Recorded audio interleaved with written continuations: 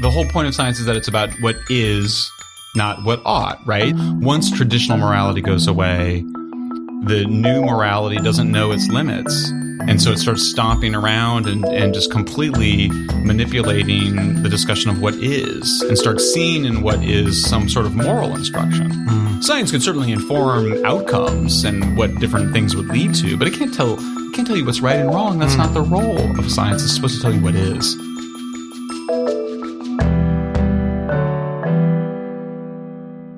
Hello and welcome to The Brendan O'Neill Show with me, Brendan O'Neill. This is a podcast in which an esteemed guest joins me to talk about the big ideas, the bad ideas, the problems and the controversies of life in the early 21st century.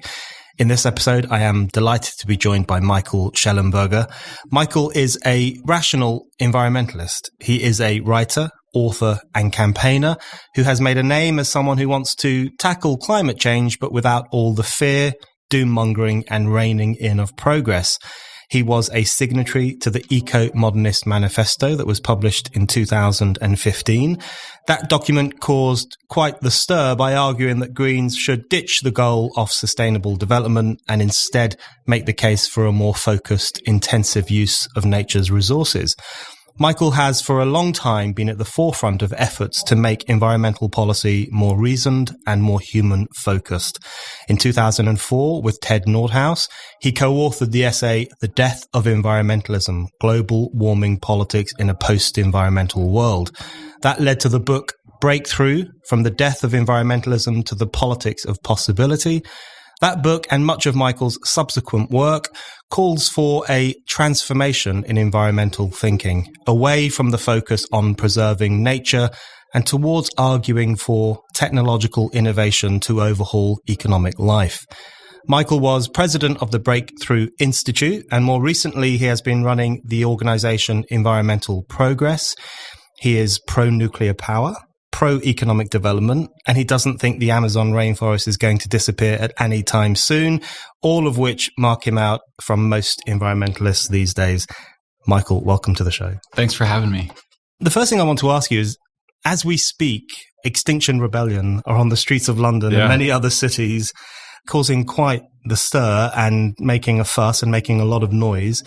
And to a lot of people, that's what environmentalism is. It's this depressing, fear-mongering, end-of-world cultish behavior. You would distance yourself from that. And I just want to ask you how you think environmentalism came to this, how environmentalism's public image came to be summed up, in many people's view, by the likes of Extinction Rebellion. Well, I think you have to go back to the end of the Cold War, which I grew up at the end of the Cold War in the 1980s. And I think a lot of us, as it became clear that there wasn't going to be a nuclear apocalypse between the United States and the Soviet Union, between the West and the East, it was sort of a letdown, right? It ended with a whimper, not a bang. And I think the need for secular people, for secular radicals in particular, to have an apocalyptic vision, and also I think an alternative radical morality to replace, I think, what had traditionally been traditional religious morality, traditional religious apocalypse. Yeah. And so we just remapped all of the nuclear apocalypse onto climate apocalypse. And I think that goes a long way to explaining why climate activists are so resistant to using nuclear power to solve climate change, which I view as a 100-year problem, not a 10-year problem. I think there's more to it than that, but I think that sort of gives us a start in terms of, I think there's something behind why do some people believe the end is coming, whereas others don't. And I think it's interesting that they tend to be people that are not traditionally religious. The last chapter in my forthcoming book is called False Gods for Lost Souls. And I do think that there's a way in which, and I see them out there, and I can identify with a part of them that I think are seekers, that are spiritual people, that want to view their life as having greater meaning than just the 100 years that we, embody this planet. And I appreciate that. I think there's something really profound there, but I think that they're quite lost, and I think they're pursuing gods that can't satisfy their desire. So you would make a distinction between climate change as a practical issue, as a kind of a policy concern, which would require certain forms of discussion and certain forms of intervention. You would make a distinction between that and what currently passes for climate change activism, which you think is energized or motored by something different, by a culture of fear, or this kind of already existing search for apocalyptic scenarios to explain existence and meaning and everything else? Absolutely. I think this issue of wanting to impose a new morality is a really key part of this. So, for example, if you listen to what Greta Thunberg, who's the spokesperson of the moment, is demanding, it tends to be things like don't fly in airplanes, don't drive cars, don't eat meat. Well, on the latter, we now know that if you go vegetarian, you can reduce your emissions by about 2 to 4%. It's trivial. When it comes to energy sector, well, the solution is clearly nuclear. It's the only thing that's ever decarbonized electricity supplies. It's the only thing that can decarbonize energy. Electricity is about a third of primary energy use. So, but then they're opposed to nuclear. In fact, Greta Thunberg came out and said it's too dangerous, expensive, and slow. Well, since when was she worried about something being too expensive? She's saying that we shouldn't have economic growth anymore. So what is that about? Well, I think it gets to this. I wrote a column for Forbes where I argued, and this is the headline, the reason they hate nuclear is because it means we don't need renewables. And so if you say, well, we can solve climate change by just transitioning gradually over the next 100 years to nuclear power plants. Well, wait a second. But that means that I can't then moralize over how to eat, how to live. And so I think that that's a big part of the motivation is the desire to moralize, the desire to impose a kind of morality on society. In fact, in Nietzsche's famous, he wrote 3 essays as part of a book called The Genealogy of Morals. And at the end of it, he asks, what is self-denial about? What is asceticism about? It fabulously predicts a lot of environmentalism. And he says it's about a desire to gain control over yourself and over others. And so I think that explains a lot of what's happening. Absolutely. I think that's a really good way of putting it. And I want to ask you about nuclear power and the reasons for the opposition to it, which I find intriguing and very, very revealing. But just sticking with the point you made earlier about the kind of secular search for apocalypse, I think the Extinction Rebellion thing really captures that beautifully, because I visited some of the protests over the past couple of days prior to recording this, and it's striking the extent to which it has the feel of a religious cult or a secular cult, I guess. They preach about end times. They chant in public about fire, the fire coming to consume mankind. They hand out leaflets which say in capital letters, the truth. And, the truth apparently is contained within their leaflets. Their leaflets talk about floods, pestilence. Right. They say Africa is on fire, which is completely untrue. Right. To me, someone who grew up in a Catholic family, a lot of this stuff actually is quite familiar in terms of the end of the world and the judgment that will be visited upon mankind. So would you go so far? Now, to me, as someone who is very skeptical of the environmental movement and the reasons that it exists and the arguments that it makes, to me, this looks like a very irrational manifestation and something that I find deeply concerning. But to someone like you, who's written a great deal about environmental policy and about the problems facing the environment, do you see anything worth salvaging in movements like Extinction Rebellion, or do you just see them as being completely separate from the kind of things that you and your colleagues are arguing? Well, great question. And just before answering, let me just make a couple of observations, which I put I wrote about the Amazon. I did 3 columns on the Amazon. In fact, it's the most read things I've ever done. And so first of all, the number of fires globally has declined by 25% over the last 35 years, which is great news, okay? Because fires, whether or not you're concerned about climate change, create local air pollution and respiratory problems. Nobody likes to breathe heavy smoke from fires. So they've declined, and then the world is reforesting. Now, we're still losing forests in the tropical areas. That's because poor countries, developing countries like Brazil are developing, but we're reforesting very quickly in the developed world. And I know people will think this sounds like some kind of science denial, but it's because of global warming and because of increased CO2, and to some extent, some artificial reforestation in places like China. But the good news is forests are growing back, and fires are declining. So it's kind of the evidence is literally the opposite of what they're worried about. So, I mean, I think my view is that, I share with Plato this view that we are, half beast, half God, in the sense that our rational sides are very, very powerful. Obviously, all of this prosperity and modernity we owe to our rational selves. But there is this irrational side of us. I referenced Nietzsche earlier. He was someone that thought a lot about this too, where once science had sort of, let's say, I don't want to offend religious believers in your audience, but if you kind of go along with the idea that science had debunked a lot of traditional religious beliefs, including the belief in God, Nietzsche's argument was that this desire for an external authority and the non-rational desire for immortality and transcendence, and to some extent a quite beautiful, I think, desire to feel part of something larger, that desire still exists. And so what I worry about when we kind of, if we kind of distance ourselves or just sort of want to see Extinction Rebellion as just completely other, is that I worry that we are both depriving ourselves of an opportunity to try to rechannel some of that spiritual energy in a more productive direction. And I think at risk of letting it become quite destructive. We're already seeing it in the form of, basically, I gave an example recently of where Norway, a country that has become fabulously wealthy thanks to oil and gas, is drilling for natural gas in Mozambique at the same time that it's working with the EU to deny development aid to natural gas power plants in Africa. I mean, you can't imagine a more sinister behavior than that.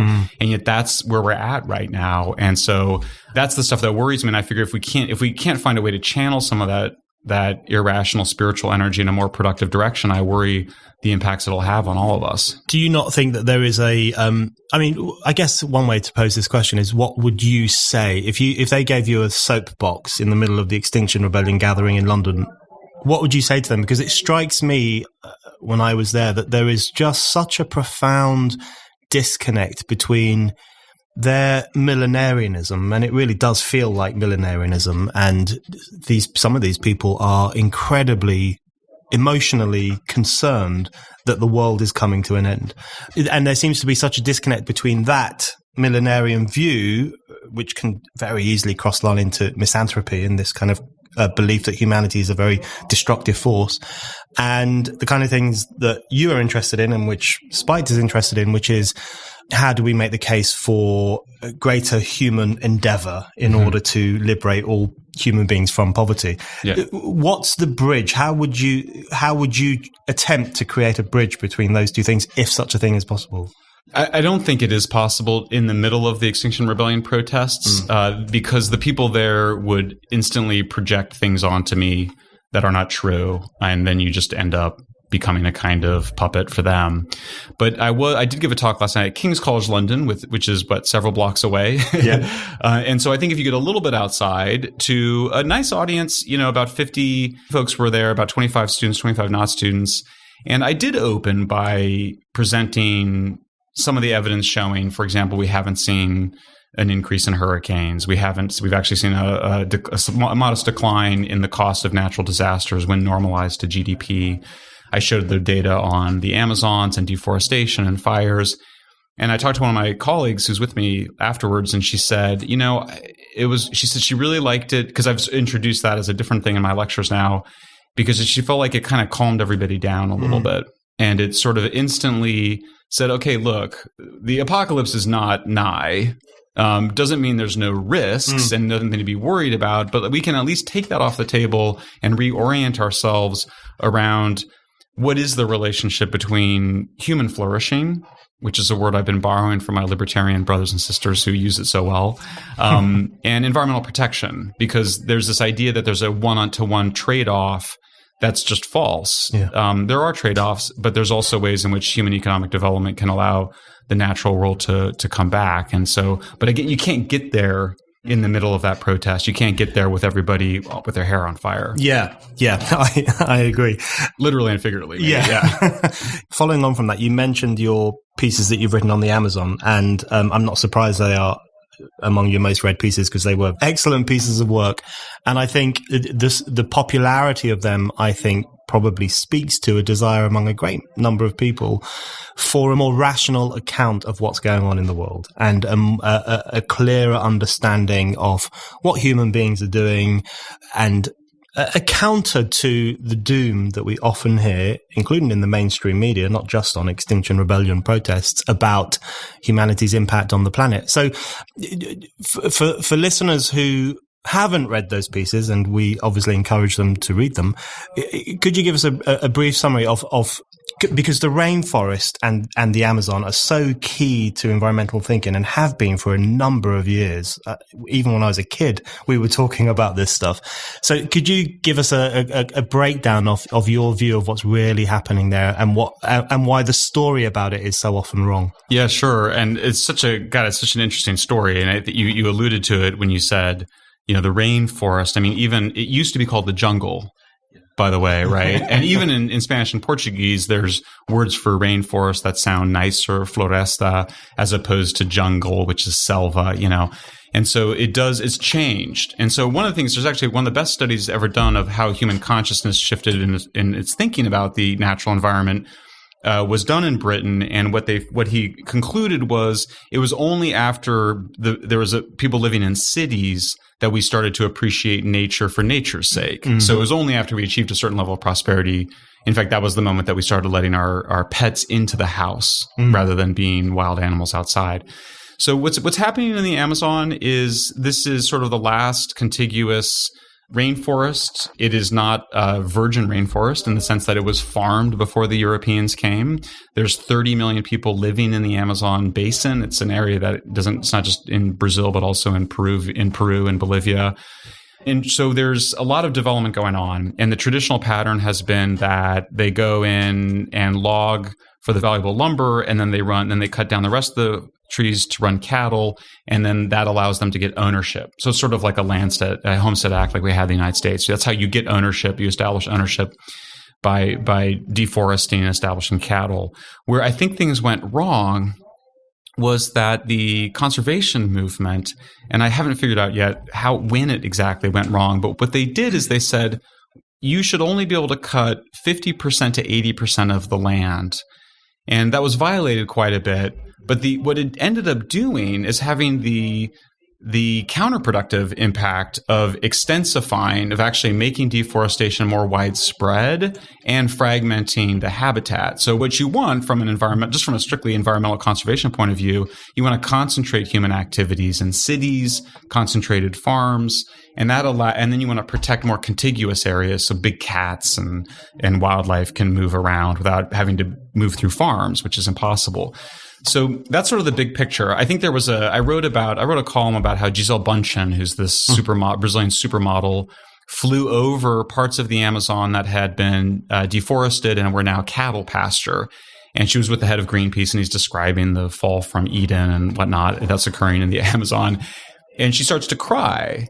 And, when the camera points down at the ground and you look at it, it's actually quite lovely. It's cows on pasture and there's flocks of birds flying. I mean, it didn't look like the kind of brown stumps, the kind of ecocide that gets depicted. It looked quite like the British countryside, or it looked like, Provence or Napa. And so I kind of commented, I said, does she cry when she flies over Provence? Does she cry when she flies over Tuscany? Well, these were forested areas. They're now, in fact, environmentalists love to go to high-end cattle ranch resorts to talk about the burning of the rainforest. Yeah. And so what's going on here? And that's where I think, it's some of it's just historical ignorance, and she just doesn't have any idea. But some of it, I think, has a more sinister side of it, which is where I point out in some of my articles where Emmanuel Macron had a economic motivation to hype the rainforest destruction right before the G7 talks, because the French farmers were pressuring him to not do a free trade deal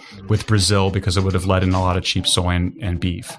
So there's more to say to it, but that's a sort of encapsulation of part of what's happening. Yeah, it's a very good encapsulation. And I think one of the things that strikes me is that there's this tendency towards the sacralization of nature. And I think the rainforest really speaks to that. The Rainforest Issue, or the Amazon issue, really speaks to that, because that's been in the lexicon of environmentalists for a very, very long time now. And it's the Eden complex. It's this supposedly perfect land, and every single encroachment upon it is held up as proof of humanity's sinfulness. And this is taught in schools. This is taught in the education system, in popular culture. And it's almost like, in relation to the Amazon issue in particular, it's like one part of the world has been turned into this symbol of the marauding nature of mankind. I wonder if what you think that tells us about environmentalism in relation to the dynamics between the developed West and the developing non-West. Because one of the things that strikes me particularly about the Amazon issue is that there is this tendency among, usually quite well off, often well-connected environmentalist campaigners in Western countries to insist in a sometimes quite neo-colonial way that other parts of the world should be left untouched and that their governments should even be restricted by international treaties from doing particular things with their land. So do you think part of the Amazon discussion speaks to a kind of perhaps unwitting neo-colonial arrogance among Western green activists? Oh, I mean, without question, it is. I mean, look, Europe is developed and the United States too, because we deforested our forests and we burned fossil fuels for 200, here in Britain, 300, 400 years. And now at the moment that we've achieved this high level of prosperity, we say, we'd like you to go ahead and not burn any fossil fuels and leave your forests intact. And so the point I gave about Macron shows that this is actually quite in direct service of the demands of domestic farmers. I sort of see George Monbiot and others say, well, we should rewild Britain, but I don't see that going anywhere. I mean, so it's like, well, why don't you guys go ahead and rewild Britain and then get back to us on the Amazon? Same thing for the United States. Now, I mean, the good news is that as Europe and the United States have become more productive with agriculture, thanks to industrial agriculture and significant energy inputs, including fossil fuel inputs in the form of fertilizer, tractors, irrigation, we're so agriculturally productive. Wheat yields 300% increase since 1960. That's allowed for our more marginal farms to go back to grasslands and forests. That's why we're getting that reforestation here. But that's not because we're more moral than the Brazilians. I mean, what's frustrating is I'm a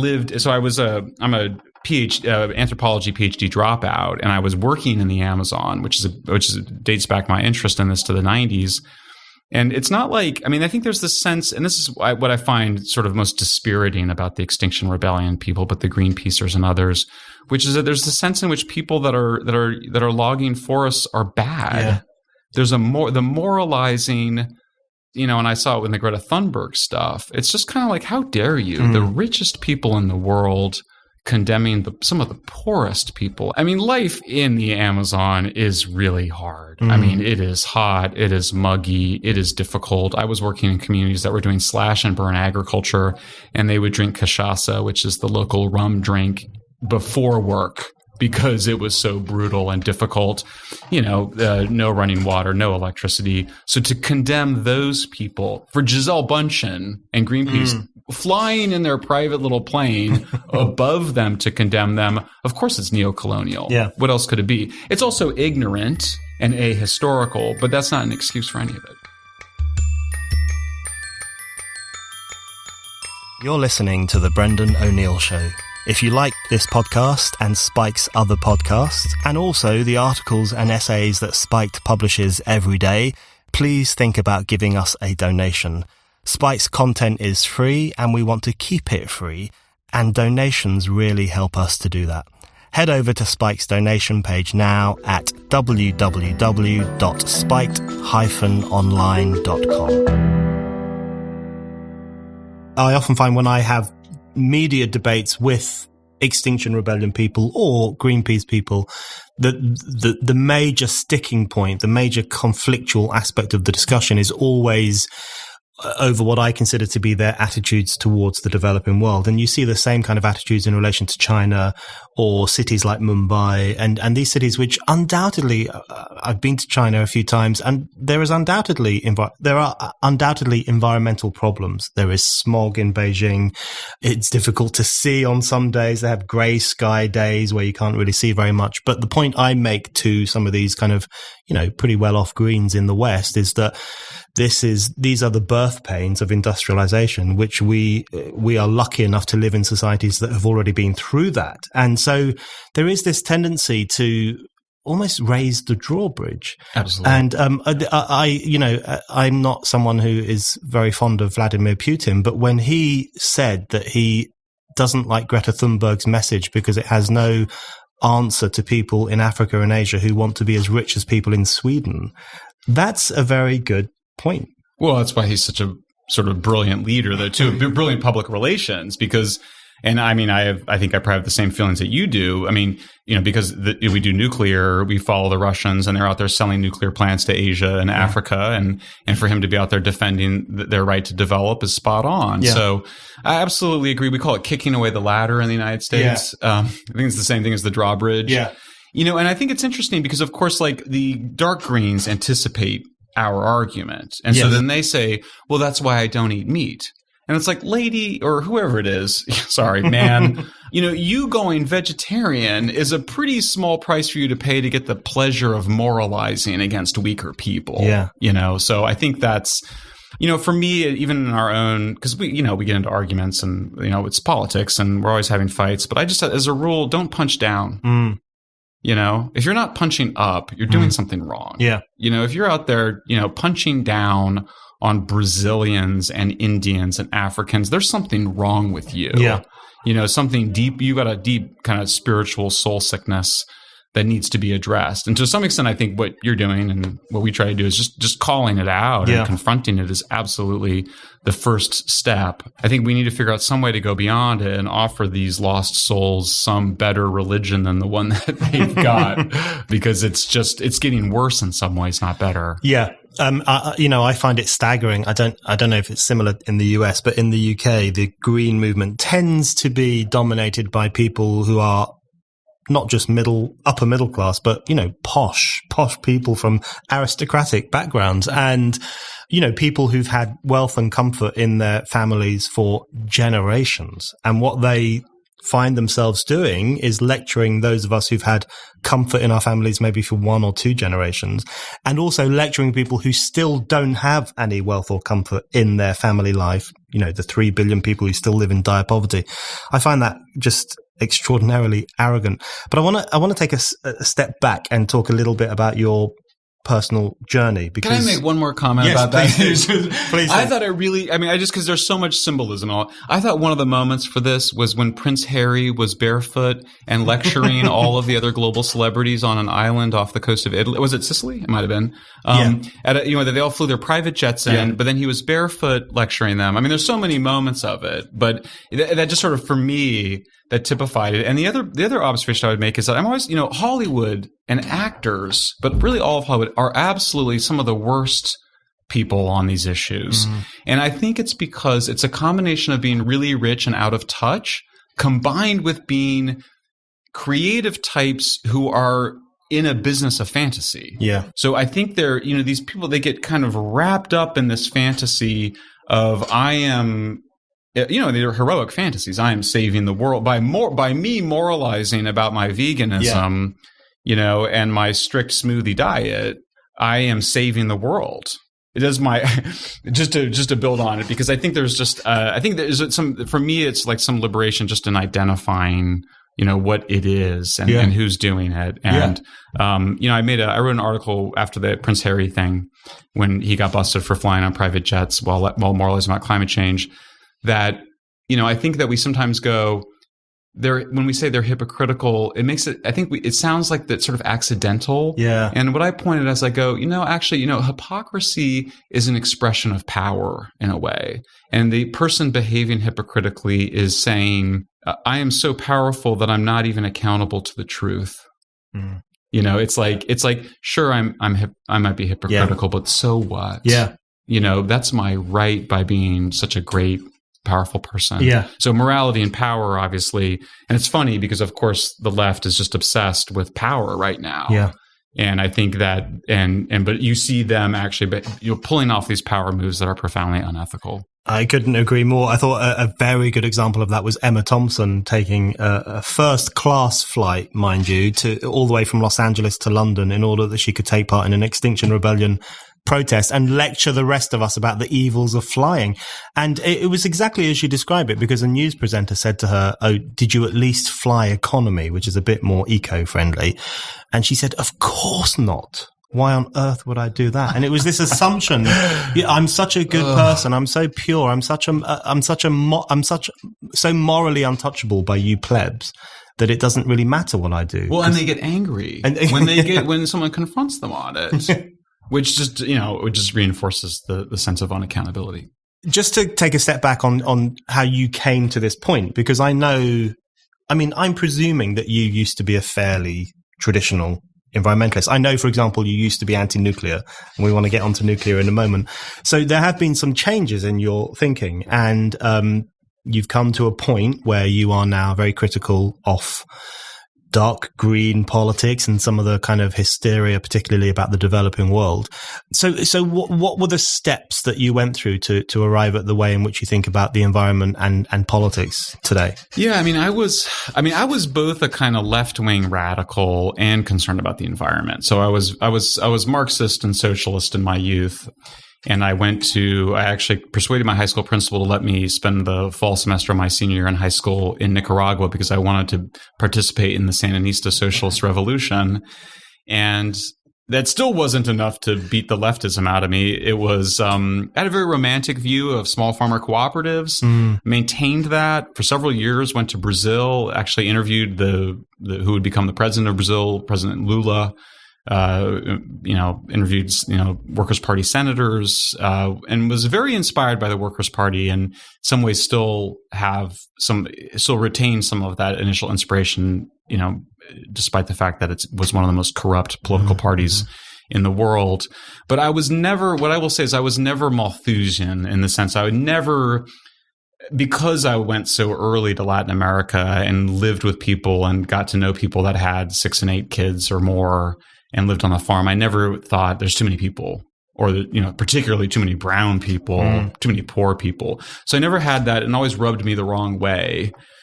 And then it was really finally being in the Amazon for, an interview. When you interview, it's like the young people in the community would be like, "Hey, Michael, how do we get out of here? Yeah. How do we get to the city? How do we get to the university or even high school? Because it's a drag."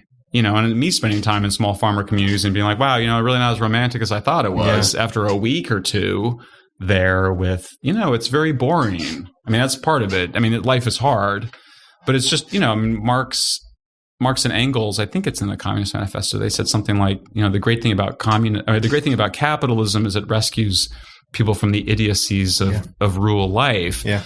So it's funny. One of the things I'd be interested in your take on it too, which is, how did Malthusian environmentalism marry itself to socialism? Because of course the argument of James Delingpole, is that environmentalists are just really socialists. They're watermelons, green outside but red on the inside.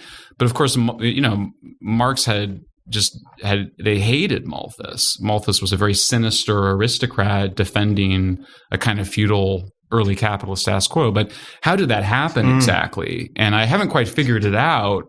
There's a way in which I just think as socialism became discredited in the 20th century, the left needed some other apocalyptic grand theory, and they went to Malthusianism. But I think it's been a tension in that movement for a while. There's certainly been divisions in it. But anyway, that's a long way of saying I think that I was never anti-humanist in the ways that I think a lot of environmentalists are. And then once you spend any time in the reality of small farmer life, you realize how wonderful industrialization and urbanization are. Absolutely. I think that question of how the left embraced Malthusianism is one of the key questions of our time, actually, because that's where they have ended up. Large sections of the left have ended up in this world.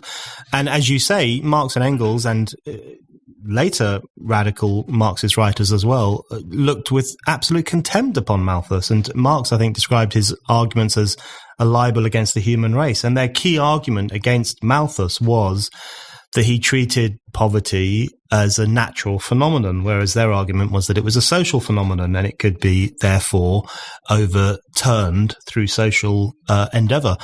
So I find that one of the most depressing things. I also consider myself someone who comes from a radical leftist background, and one of my heroes is Trotsky, which is a hilariously unfashionable thing to say in this day and age. But his argument was that the job of anyone who wants to improve society is to argue to increase the power of man over nature and decrease the power of man over man. And as far as I can see, many, many modern leftists do the opposite of both of those things. They want to decrease the power of man over nature and increase the power of man over man through their various kind of petty authoritarian measures or their restrictions on economic development and various other things. So that's a key question, but I think it's kind of... You had a thing, by the way, I think it's you. You talked about how much of what we call left is not left. Or really, it seems like what happens is that there's a pretty big shift from the sort of traditional socialist, even social democratic left, and the new left. Yeah. And the new left becomes quite reactionary. The new left is an environmental left. It becomes very reactionary. So, but I mean, I'm interested in it. I was very interested in Spiked. I absolutely fell in love with this video I saw. I don't know which is some spiked woman goes to Africa and interviews small farmers who are like working with primitive tools. Yeah. And she's like, would you like to have a power saw rather than and the guy's like, yeah, but wouldn't that destroy your culture? And then I think I saw her in a panel and then she was sort of like, it's just kind of like, well, maybe she doesn't want to carry water from the river in a bucket on her head. Maybe she wants to go down to the pub. Yeah.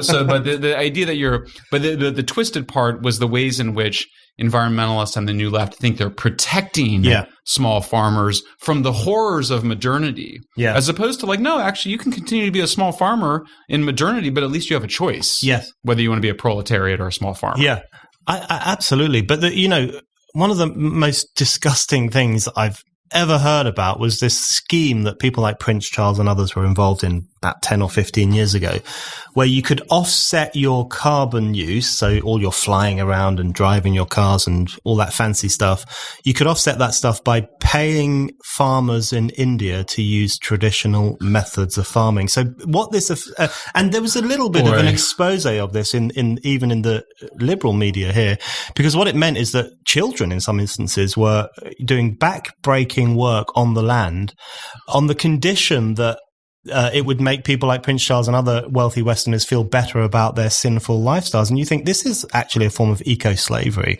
because what you're doing, you as a wealthy Westerner are living it up and living the nice life that they actually want to, and keeping them in this subjugated position so you don't feel so bad. Right. And I thought that really summed up how badly wrong the left has gone. Not that Prince Charles is on the left, but the left is certainly insufficiently critical of this stuff. Absolutely.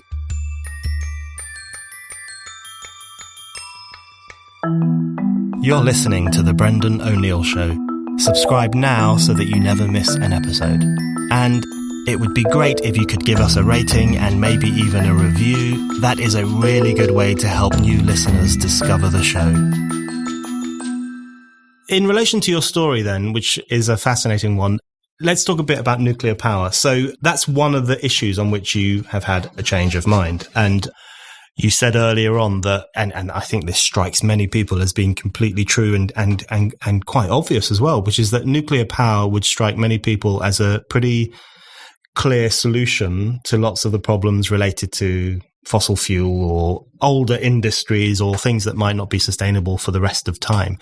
So just to explain a bit about, maybe, I don't know, was it a Damascene conversion that you had to nuclear power? But explain a bit about how you came around to the thinking that nuclear power was actually a pretty good thing. Right. Well, so I mean, I think even as I had moved away from my small farmer romanticism towards a more stronger embrace of urbanization and economic progress and economic growth, I then wanted to focus on climate change because it was sort of the new apocalypse. I was very attracted to the big issue. Thought renewables, just sort of took for granted that renewables were going to be the solution. This is in the early 2000s. We also felt, though, that the restrictive model of making fossil fuels more expensive wasn't going to work just for strictly political reasons. So we argued for a big government investment in renewables. And we ended up, we advocated for it for several years. We succeeded. We persuaded Team Obama to embrace it. Between 2009 and 2015, the U.S. did about $150 billion. So I was one of the architects of the original Green New Deal. Everything in the Green New Deal that you hear talked about, whether in Europe or the United States, we did it in the early and late 2000s. Well, right away, we started having huge problems with renewables. One of the most important ones are environmental problems. It takes, just to give a sense of it, 450 times more land to produce the same amount of electricity from a solar farm as a nuclear plant. And the people who are all protesting the solar farm are conservationists worried about the desert tortoise or the bats or the birds. And we're not talking about robins and sparrows. We're talking about condors and golden eagles and bald eagles and, you know, endangered species, big, long-lived, slow to reproduce species. So that was a big part of it. And then Stuart Brand, who is sort of our James Lovelock. In fact, they're friends. James Lovelock, who just turned 100 years old here, although Lovelock was always pro-nuclear. But Stuart Brand is, gosh, he might be about 80 almost, but he's a kind of a visionary hippie. I had participated in some cooperative games that he invented in the 70s called the New Games Festival. Some of my happiest memories as a boy, because they were games where there were no winners and losers. It was really quite lovely, hippie stuff. So when he changed his mind about nuclear power, it was a big deal. And you couldn't kind of just dismiss him as you might have others. And at that point, I was probably already pretty receptive to technological fixes to climate change. And then all I had to do was overcome my concern about meltdowns. I was not worried that the bomb was going to spread because of the United States using more nuclear power. We had the bomb. So I really sat down and I just read the World Health Organization report on the impacts of Chernobyl, which occurred when I was 15 years old. And, people always ask, on the one hand, I say it's a slow process, me changing my mind. On the other hand, it was pretty fast. I saw Stewart's TED Talk. I read the Chernobyl report, probably talked to a few other people, and it was probably a matter of weeks. But what was really hard and what took time was both figuring out how to come out as pro-nuclear without losing all my friends, and also and surviving economically, because our donors, even though we do not accept funding and never have from the energy industry, because we appreciate our independence and following the truth wherever it leads us, it's hard, because especially when your donors are older and kind of not intellectually rigorous and maybe just kind of, want to go with what their friends are interested in. So just moving slowly out of a renewables to we need to have nuclear and renewables. I had to do it again recently. I lost a third of our organizational budget on a strictly ideological difference of opinion with other pro-nuclear donors because, everyone talks about free speech, but donors don't want to fund people who they disagree with. Yeah.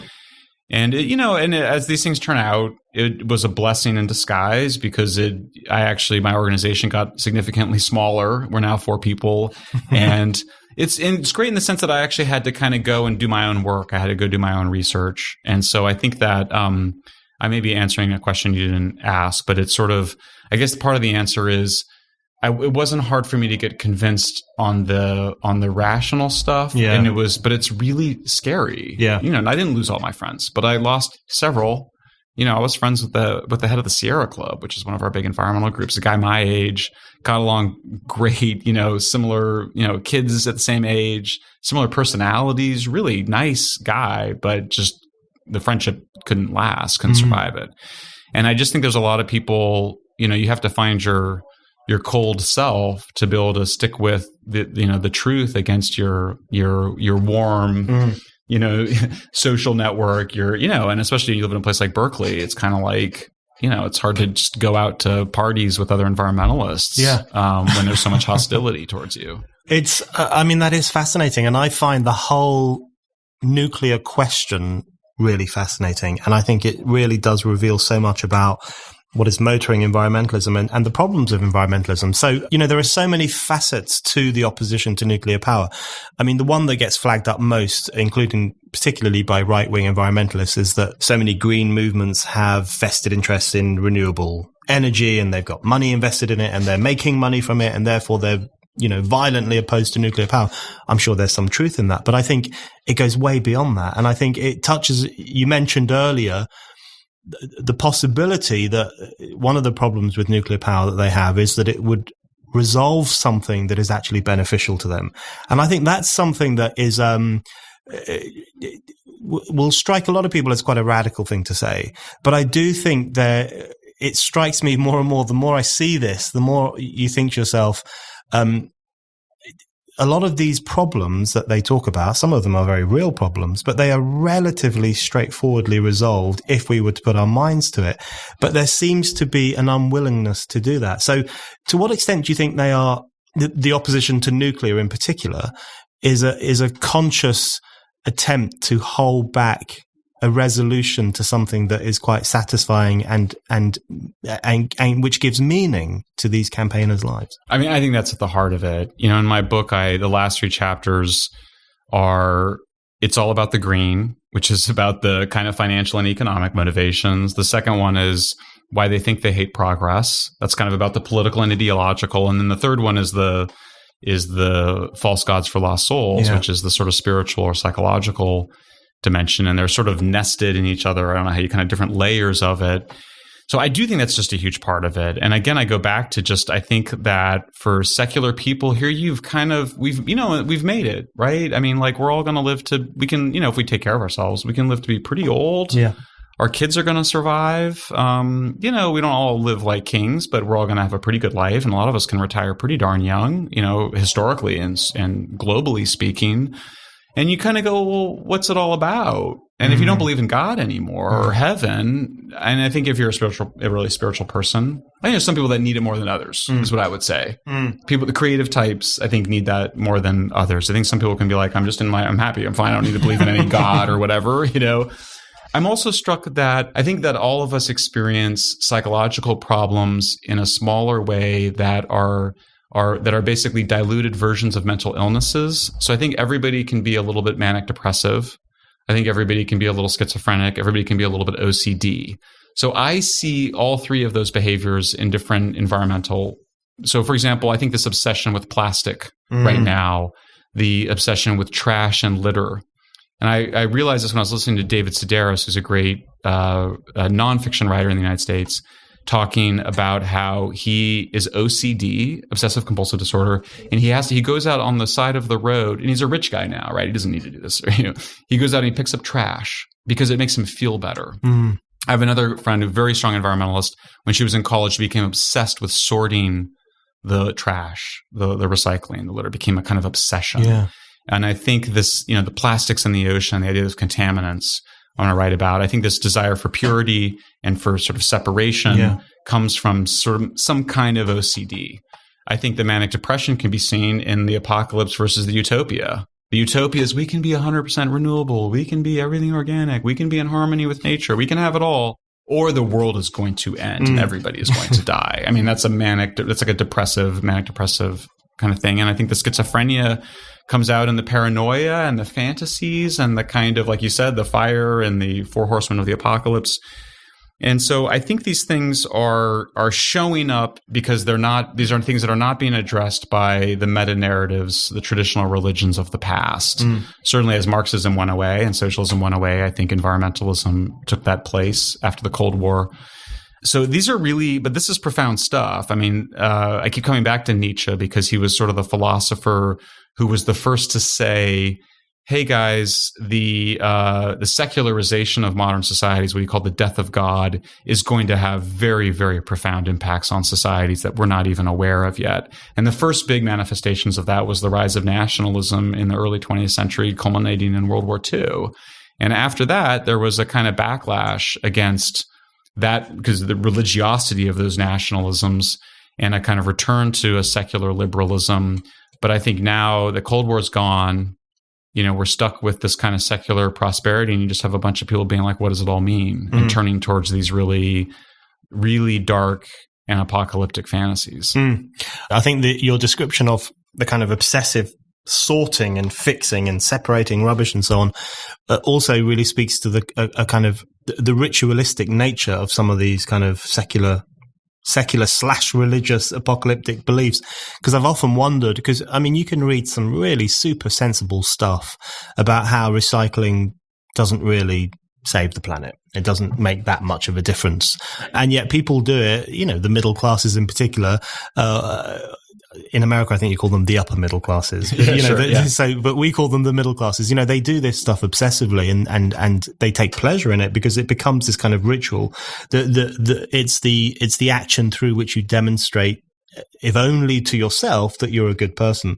But I wanted to ask you, in relation to the opposition to nuclear and this possibility that there is this unwillingness to resolve some of these, fairly practical problems of pollution and climate change and so on. What is the moral benefit that people get? So how would you describe that moral benefit? Is it that they get to lecture other people? Is it that they get to feel pure in contrast with the masses? What moral pleasure do they derive from this apocalyptic worldview that they've embraced. Yeah, I mean, definitely there's the pleasure of moralizing, because moralizing is a way of leveling or putting other people down. And so we feel happy when we feel powerful, right? And so we feel powerful when we feel superior to people, and we feel superior when we moralize. So that's why they hate technical fixes in general. It's not just nuclear. They don't want to hear that the solution to sub-Saharan Africa or soil erosion is irrigation, fertilizer, and tractors. It's not complicated, right? Like, grow more fruit on less land, and then you have room for gorillas and golden monkeys and penguins. I was just in New Zealand, and that's how you do it. Like, it's not rocket science. Nuclear adds just an incredible twist to it, in the sense that nuclear is, sometimes people say, even pro-nuclear people, they go, oh, we'll solve climate change with some solar panels and wind turbines and nuclear power and carbon capture. It's like, no. Like, one of those technologies is not like the others. Nuclear is a revolutionary technology, and we're just still not really, the human consciousness has not evolved really to catch up to the technology still. I mean, it's a completely new way of creating heat that doesn't require fire. We've never had a second way to make heat without fire, including the sun, unless you count the sun, which is also a ball of fire. So it's totally radical. The material demands of to create nuclear energy are like zero. A Coke can worth of uranium is enough to power my entire high energy life, including all my jet travel. It's extraordinary. It's the only technology, I say, that really allows humankind to flourish economically while returning more of the natural landscapes to the natural environment and eliminating air pollution entirely, and eliminating water pollution, right? It's extraordinary. And it also, of course, has this incredible destructive power in the form of the bomb.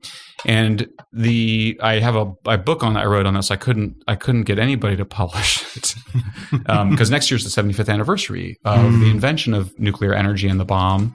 I wrote a book that's a contrarian take on the bomb, and argues that it is the main cause of world peace over the last 75 years, and and this is where this is coming to circle back to why are they against nuclear energy to solve climate. I am convinced that there was a lot of opposition to the bomb because they knew it was a technical fix to war. In other words, like India and Pakistan, there was never a moment where they smoked a peace pipe and were like, we're all going to have harmony now. They just scared the crap out of each other. Like, you might have missed it, but there was actually a war between India and Pakistan earlier this year. They get close to war and they go, oh yeah, no, we're not going to do that. So here it creates peace, but not through brotherly love. So I think this is the irrationalism of the rationalist Enlightenment. The Kantian idea was we're going to achieve peace through reason.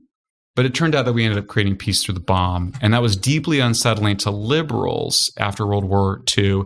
And I think it's deeply unsettling in the same way that solving climate change with nuclear energy is unsettling. That's fascinating. And your description of the radical nature of nuclear power is fascinating too. And I wonder if that's one of the reasons for the opposition to it, because it does speak more than anything else to mankind's command of nature. I mean, the fact that we can discover new ways all the time to exploit things that have existed for a very long period of time and to drag power from them. I mean, I always am fascinated by the whole nature of coal. In Roman times, women would wear bits of coal because it looked nice and it would glint in the sun and it would look spectacular. Right. Because they hadn't reached the social and political level at which they would understand that there was something inside coal that you could draw out and use to power machines and new ways of organizing society. So, and uranium and nuclear power speaks to that in an even more profound way. And I wonder if one aspect of the opposition is that it really does demonstrate the spectacular nature of humankind, the fact that we are able to do these kind of things, and the fact that a Coke can size of uranium would empower your entire life. So there's also, I think, an element of fear that it does demonstrate a point that reasoned progressive people would say, which is that mankind is really super smart and has it within his power to resolve all the problems of the world. Right. And doesn't need me.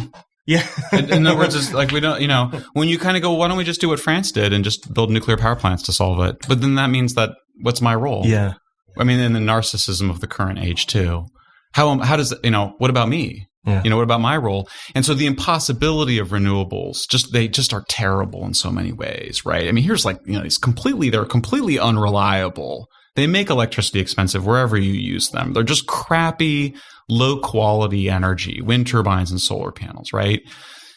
Well, that's part of the attraction. They don't solve the problem. That's why they like them. The problem with nuclear is that it solves the problem. They don't want to solve the problem. You solve the problem, well, then you have an existential crisis. Yeah. Right? I mean, and by the way, you see it in all sorts of movements, right? I mean, here you have extraordinary women's rights, gay rights. You have these movements that succeed and then they enter an existential crisis and they have to go and reconstruct. Yeah. This is this new book by this British Spectator writer, makes this case, basically. They have these successes and then that freaks them out. Yeah. And so they have to kind of they have to go see threats everywhere to their rights. And so I think that's a similar dynamic from environmentalists. Yeah. I'm actually I've taken on a completely different issue, homelessness, and I'm dealing with the same thing on homelessness, where I'm just absolutely convinced there's just a lot of advocates for the homeless that are actually advocates of homelessness, because that is what gives their lives meaning. Right. It's funny. It's like the terror of victory. It's like the horror that you might actually be successful in. It would make you surplus to requirements rather than thinking to yourself, great, we succeeded. Let's move on to something else that needs our attention as well. And you might have to deal with your own shit personally, your own personal life, your own inadequacies, your own sense of failure. You have to get your life together. You don't want to do that. Yeah. I mean, you can be moralizing and feeling good right now on social media. And then, oh my God, you'd have to go and deal with your life.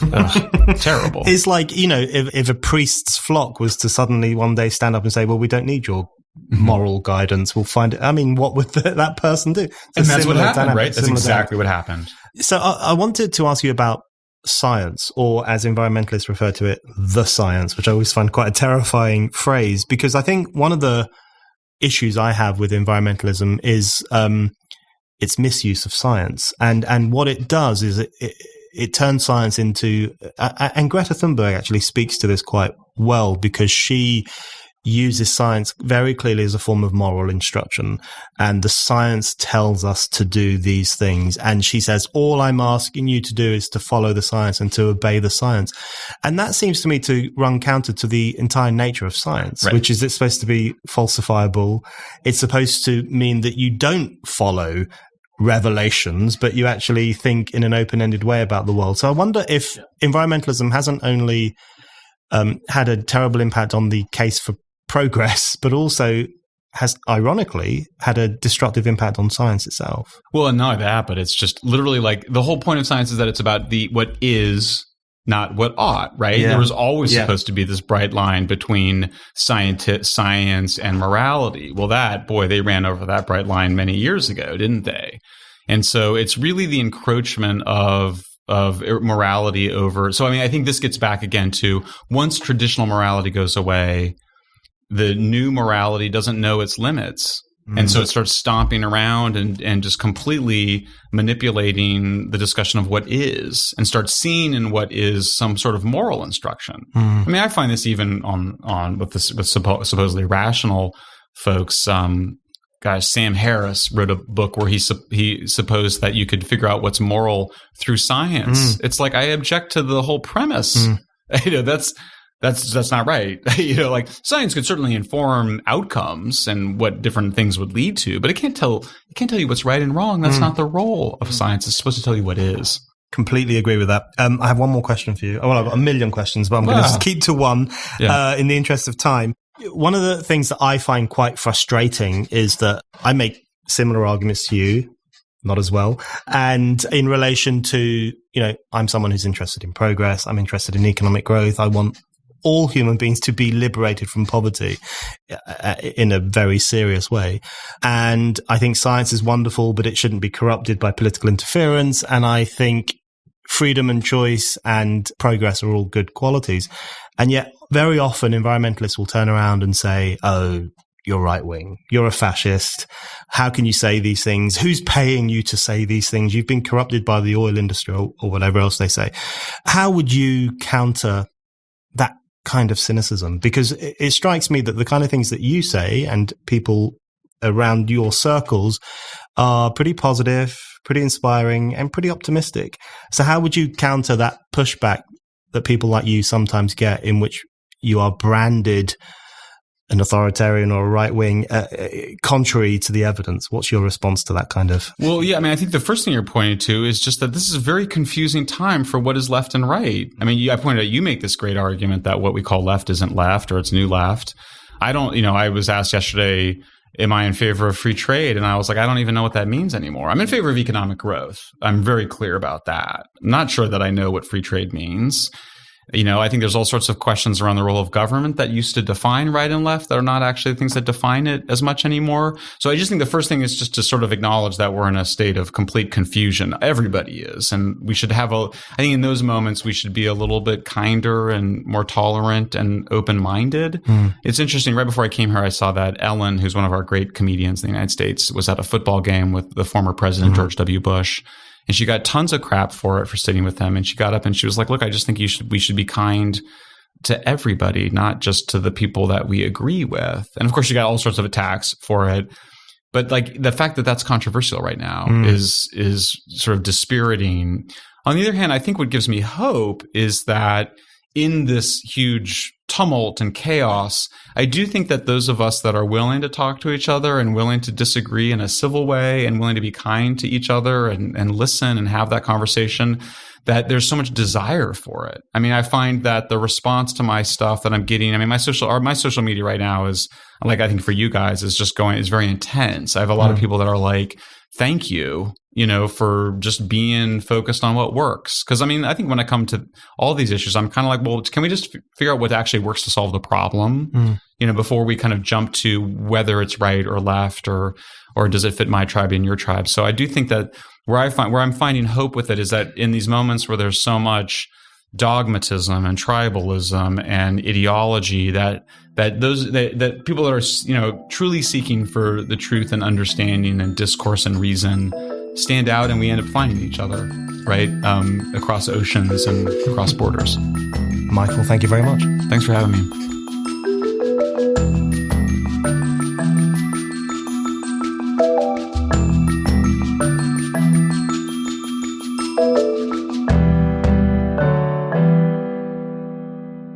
Thank you for listening to The Brendan O'Neill Show. We'll be back with another guest and more discussion. Don't forget to subscribe. And in the meantime, keep reading Spiked at www.spiked-online.com.